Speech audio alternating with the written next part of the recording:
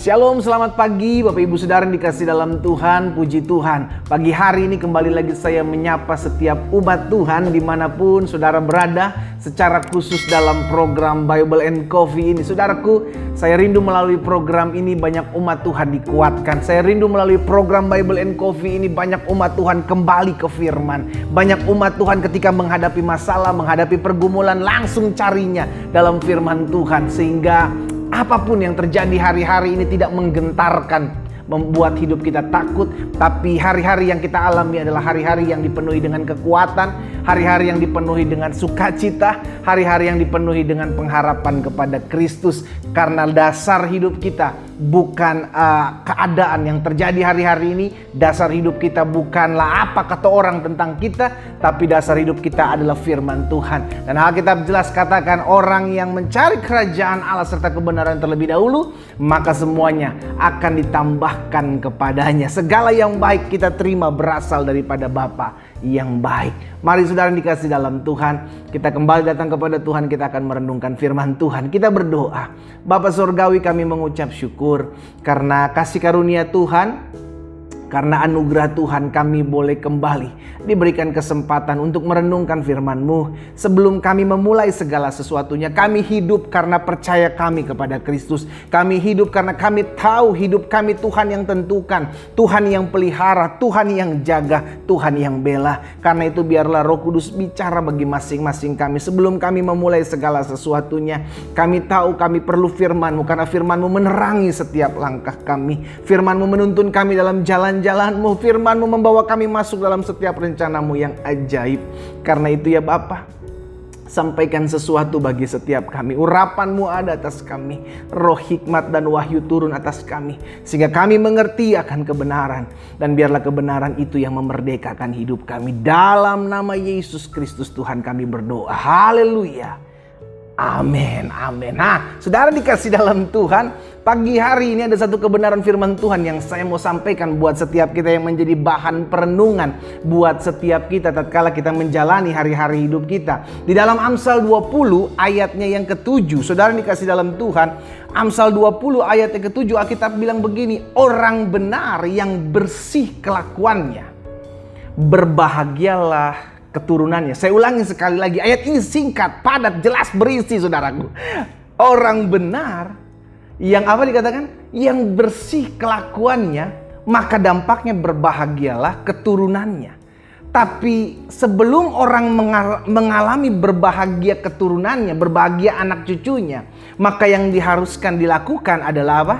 Orang yang hidup dalam kebenaran dan apa? Bersih kelakuannya. Nah, ini satu hal yang berbeda saudaraku, antara orang benar dan orang yang bersih kelakuannya. Mungkin saudara bilang, maksudnya apa pendeta? Jadi begini, siapa itu orang benar? Orang benar adalah orang yang hidupnya sudah dibenarkan, bukan karena perbuatannya, bukan karena amal ibadahnya, bukan karena apapun yang dia buat, tapi karena kasih karunia. Efesus 2 ayat 8 dan 9. Iya kan? Jadi jelas, orang yang benar hidupnya adalah orang yang hidupnya sudah dibenarkan. Nah, untuk dibenarkan diperlukan iman. Sama-sama bilang sama saya, iman. Iman tanpa perbuatan hakikatnya adalah mati. Demikian pula Amsal 20 ayat 7 ini. Orang benar adalah orang yang beriman kepada Kristus, hidupnya dibenarkan. Iya kan? Tapi bersih kelakuannya adalah gaya hidup. Sama-sama bilang sama saya, gaya hidup. Jadi bersih kelakuannya bukan karena iman, saudara. Iman tidak dilihat oleh mata. Dan orang di sekeliling kita, orang yang tidak mengenal Kristus, tidak melihat iman kita. Yang dia lihat apa? Karakter kita, keseharian kita, kelakuan kita. Itu yang dinilai. Sampai sini ngerti saudara ya? Jadi orang benar dan bersih kelakuannya itu adalah dua hal yang berbeda. Antara orang benar bicara tentang iman. Kita beriman kepada Kristus, maka kita dibenarkan. Tapi bersih kelakuannya adalah keseharian kita dalam kita menjalankan iman kita kepada Allah. Sama-sama bilang sama saya, kelakuan saya harus bersih. Sama-sama bilang sama saya, karakter saya harus bersih. Orang nggak bisa ngelihat imanmu kalau tidak terlebih dahulu engkau menunjukkan melalui perbuatanmu, melalui karaktermu, melalui keseharianmu, melalui kelakuan-kelakuanmu. Amin, saudara. Jadi benarlah apa yang dikatakan Yakobus tadi. Iman tanpa perbuatan hakikatnya adalah mati. Jadi kapan orang bisa melihat iman kita? Ketika karakter kita, perbuatan kita berbeda dengan orang-orang dunia. Disitulah orang bisa menilai. Makanya di dalam Petrus pasalnya yang pertama, 1 Petrus pasal yang kedua, ayat 12, Petrus mengingatkan kepada orang-orang pendatang. Sebagai pendatang, apa yang diingatkan Petrus? Petrus bilang begini dalam 1 Petrus 2 ayat 12. Milikilah cara hidup yang baik di tengah-tengah bangsa-bangsa bukan Yahudi.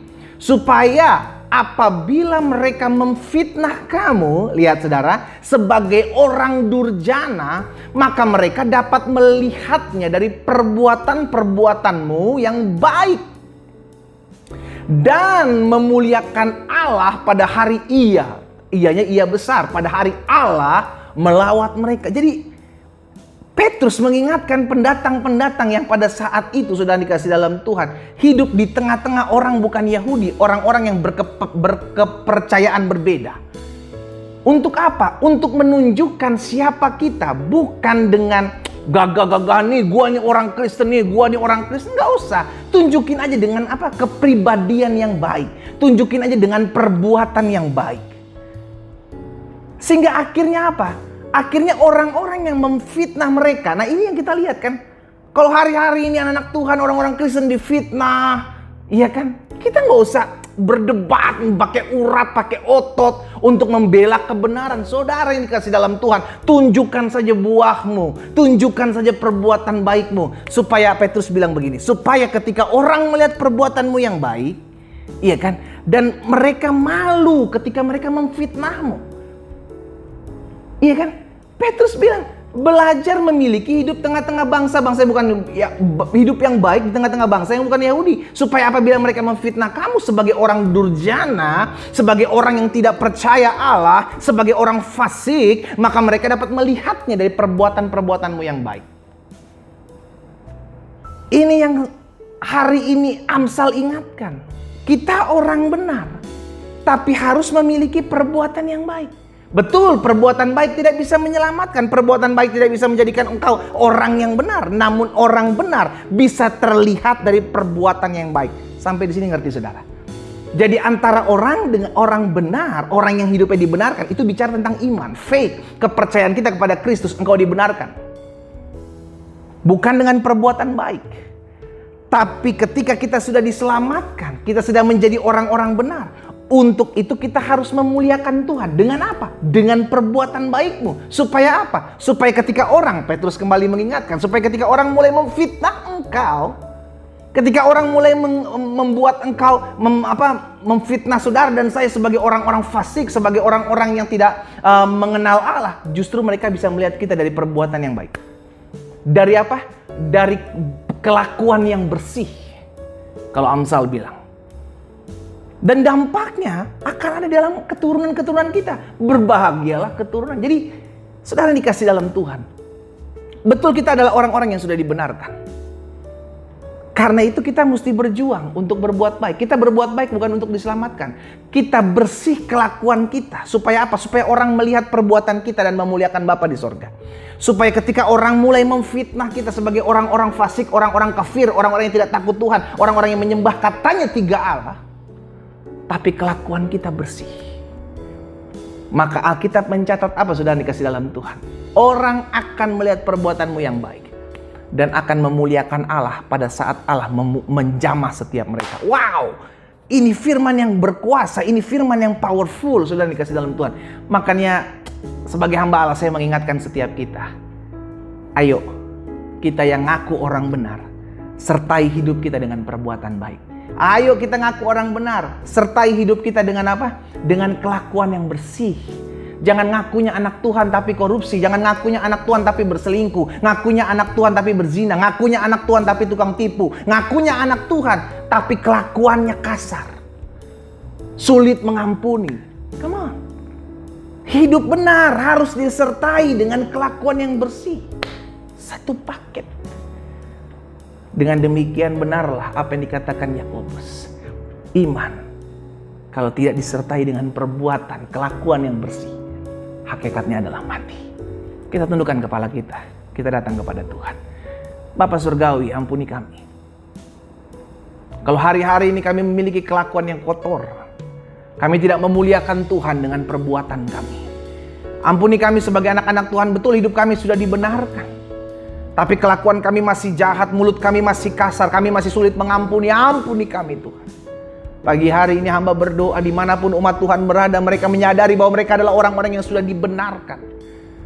Dan sekarang saatnya bagi setiap kami semua yang sudah dibenarkan untuk melakukan dan meresponi kehidupan kami sebagai orang-orang yang memiliki kelakuan yang bersih. Supaya nama Tuhan tidak dipermalukan. Supaya nama Tuhan dimuliakan atas hidup kami. Allah meteraikan firman-Mu dalam hati masing-masing kami. Sehingga langkah hidup kami semakin hari semakin menjadi berkat bagi banyak orang. Dan melalui hidup kami, melalui kelakuan kami yang bersih, nama Tuhan Yesus dimuliakan. Di dalam nama Tuhan Yesus kami berdoa. Haleluya. Amin, amin. Kita nikmati kopi kita, saudara. Haleluya. Hidup benar harus disertai dengan kelakuan yang bersih. Karena iman tanpa perbuatan, hakikatnya adalah mati. Tuhan Yesus memberkati kita.